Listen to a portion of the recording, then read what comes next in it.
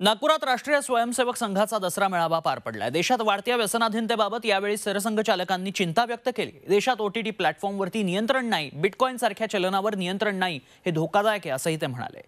देशाच्या सीमेवर सज्जता हवी, तालिबानचा धोका वाढतोय असा इशाराही सरसंघचालकांनी दिलाय।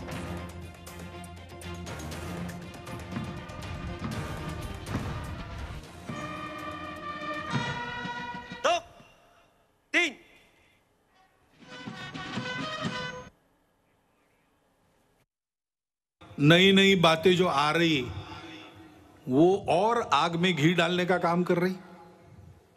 नियंत्रण नहीं है उसका, ओटीटी प्लेटफॉर्म्स है, उस पर कैसे कैसे चित्र आते हैं, क्या क्या आता है।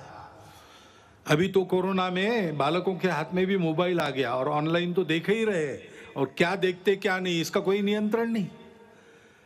और ओटीटी प्लेटफॉर्म पर क्या दिखाना इसका भी कोई नियंत्रण नहीं। देश में तरह तरह के नशीले पदार्थ आते, उनकी आदतें बढ़ रही है। वो कैसे रोकी जाए, कैसा हो पता नहीं। उच्च वर्ग से लेकर तो बिल्कुल आखिरी आदमी तक समाज के जितने भी स्तर है सब में भयंकर व्यसन। और उस व्यापार से आने वाला पैसा किसके हाथ में जाता है हम सबको पता है।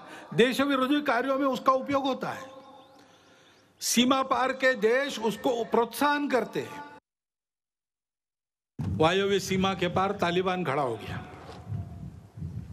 अब तालिबान का पूर्व चरित्र क्या है हम सब जानते हैं, और उसकी जो बातें हो रही है वो दो प्रकार की हो रही है।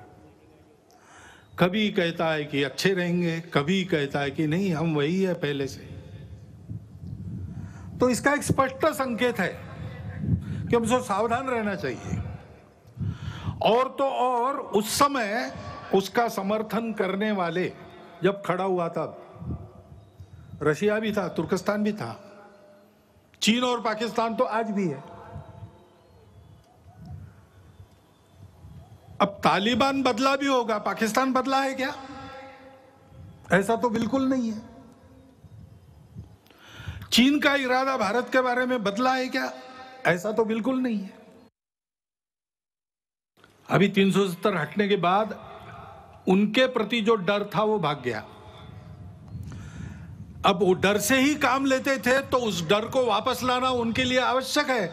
इसलिए चुन चुन कर जैसे पहले करते थे, मनोबल गिराने के लिए टारगेटेड वायलेंस, लक्षित हिंसा वो कर रहे हैं। उद्देश्य ही है उनका कि अपने डर को फिर से स्थापित करना। और समाज वहां संघर्ष कर रहा है। वो कह रहा है कि एक बार डरे डरे अब नहीं डरेंगे, आप डर को वापस नहीं ला सकते। भंडाऱ्याची उधळण म्हणजे